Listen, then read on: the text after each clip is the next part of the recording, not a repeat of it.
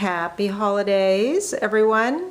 I'm going to show you a few of my decorations, but really this this video is to talk about krupnik. I had a request to just explain what it is and how I do it. But I'll show you my little tree that I got, and it's got Avery's toys down at the bottom. So it's just like a 5-foot, I guess they call them Fraser firs. Doesn't smell as much as I was hoping it would, but that's all right. I brought some of my old decorations with me, and these ones are new ones I got at World Market, I think. Those are from Sur La Table. I've got, oh, this is a really old one. I got like even before I was married, I think. And these are like from my childhood, these little choir boys. I love those. So anyway, and my Santa collection, and I showed you some of the other things before, the lights here, and it's such a gray day that I've even turned on some of my outside lights. Well, you can't see it very well, but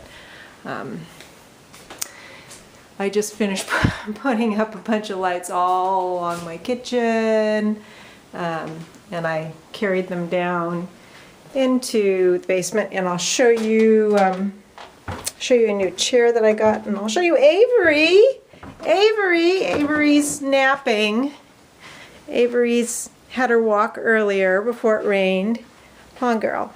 So she's not terribly energetic right now. She says, I'm having a rest, and she was a little bit upset when they delivered the chairs, but not so bad. But so I got this set of chairs from Costco, and I have cloth over it already, but I just, because it's a light fabric, but I put one down here and one's up in my bedroom so that I can sit right here. Oh, and it has really good lumbar support. It's very, very comfortable. So anyway, and my light's down here.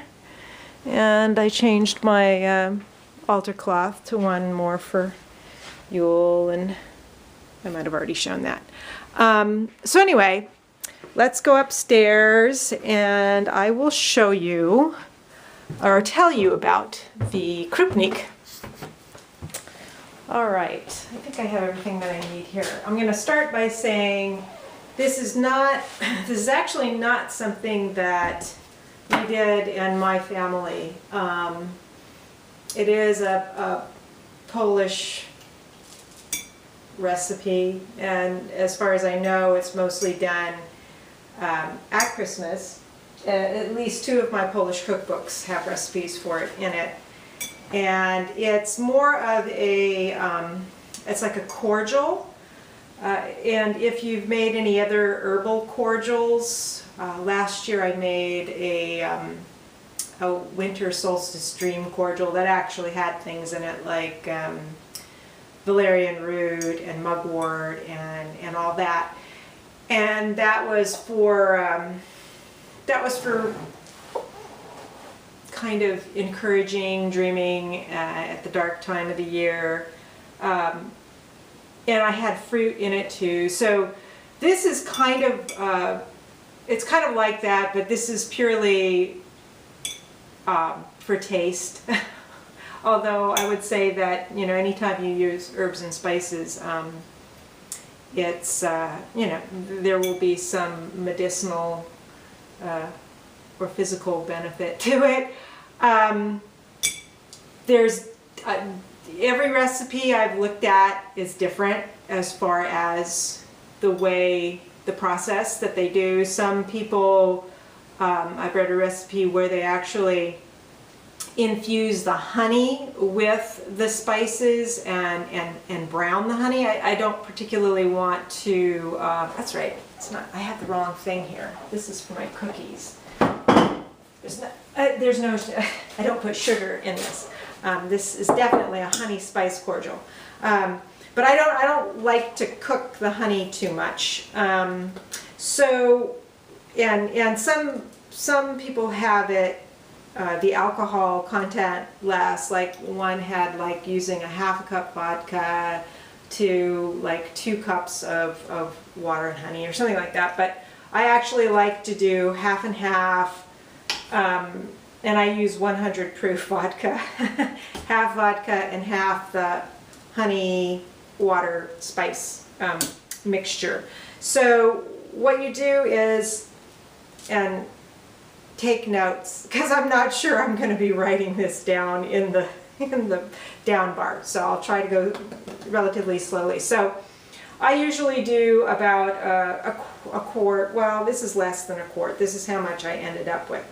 And I start with 1 cup of water, and I infuse the water with the spices. And for me this time I used a little bit of cinnamon stick. Like, I probably used maybe an inch or so of cinnamon stick. I used maybe 5 or 6 whole cloves. I used about 4 cardamom pods, and I took a little corner. I didn't grate the nutmeg, I just chopped off a little corner of it. And then I used a little bit, not like a whole orange or a whole lemon, but I used, you know, a little bit of peeled orange and lemon rind in it. The predominant flavor this year is kind of a cinnamon with a citrus undertone. It's good. I am really bad about keeping notes from year to year, so I should keep notes on what I did this year. And if I look at this video, then I will know. But it's good. It's very tasty. So anyway, so you take your spices, put them in a cup of water, bring them to a boil, and let them simmer for 5, 10, 15 minutes. And then you can add a cup of honey to that. And you can not bring it up to a rolling boil, but bring it up to a simmer and let it infuse a little bit more. And then you take that off the fire and you let it cool, because you don't want to be putting your alcohol into boiling hot liquid, because it'll, you know, you don't want to evaporate the alcohol, at least I don't. And so then you can pour them all together, and I kept it just in a pitcher for 24 hours. And then after 24 hours you can strain it.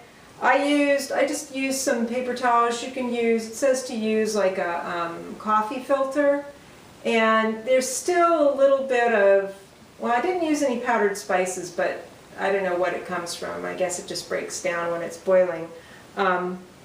There's like a slight sediment. I mean, you can filter it as many times as you want to get the sediment out of it. I don't really care. I don't shake it up before I drink it. I'll just pour it out, and I'll pour some in a little glass so you can see. I haven't actually had any to drink yet. I'm saving it at least for the solstice.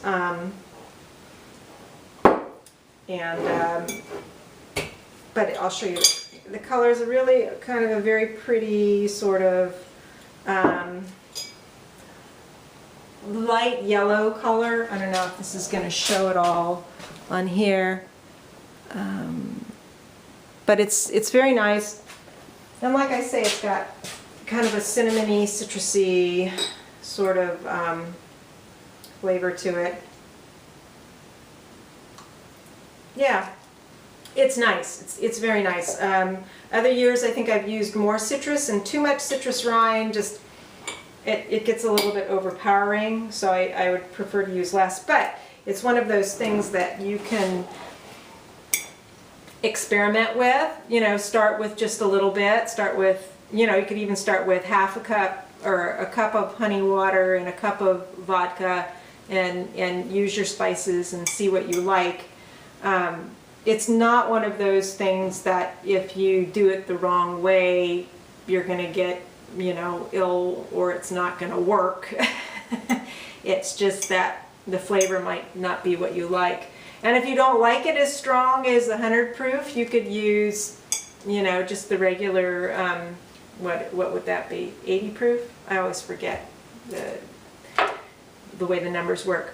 Or if you don't have vodka, you could use moonshine. You could use, I've seen recipes using Everclear. If I could get really good 100 proof Polish vodka, I would definitely use Polish vodka, but since the ABC stores aren't the best, most liberally stocked as far as variety goes, I just got the Smirnoff. So that's it. That's krupnik. You can warm it. I like to have it warm, like you might have sake. You don't want to boil it again because you boil off the. I mean, I like the effect of a little bit of alcohol. Not a lot, but a little bit. It's very warming. So I don't like to boil that off. But you can just warm it like in a warm water bath in a little, like a sake decanter or something like that. Or you could use it in cocktails. I was thinking it might be really good in some kind of a gin cocktail, or maybe even a bourbon. With bourbon, it might be good too, because the spices are very nice. So anyway, that's krupnik. That's my little Polish recipe for the holidays. I don't know what else I'm going to make this year. I've made pierogis for Vigilia, for Christmas Eve, and pączki before, but since I'm by myself, I don't know that I'm going to be doing that. Maybe I'll have a New Year's party and I can make pączki for that. Pączki are the fried jelly donuts, which are very good too. So that's it. I hope your holidays are going nicely and calm and introspective and cheerful and joyful and all that. All right, bye.